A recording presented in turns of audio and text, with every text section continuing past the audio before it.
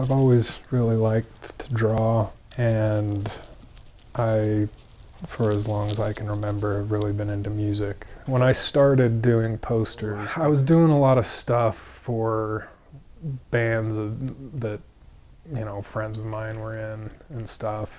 Be able to work with some bigger bands, I started sort of harassing bands that I was really into, because you used to be able to go to like their MySpace page and they would have, contact info. I wanted to try to do work for bands that I was familiar with.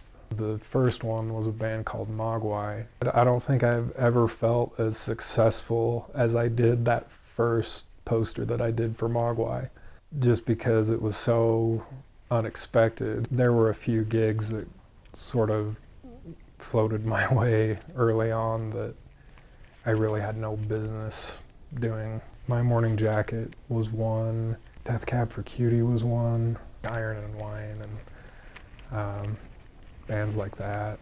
I feel like with the poster things, it's kind of like a broadening of a band's identity.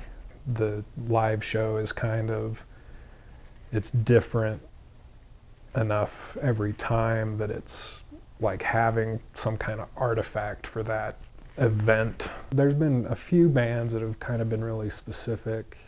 I did a poster for Cheap Trick a bunch of years ago that there was a real specific set of sort of art direction, and they were a very hands-on band. My favorite posters, the ones that I feel like have turned out the best, are the ones that I don't really have a lot of info to go on from the band or their manager, and they kind of just trust that I'll put something together that their fans will be into.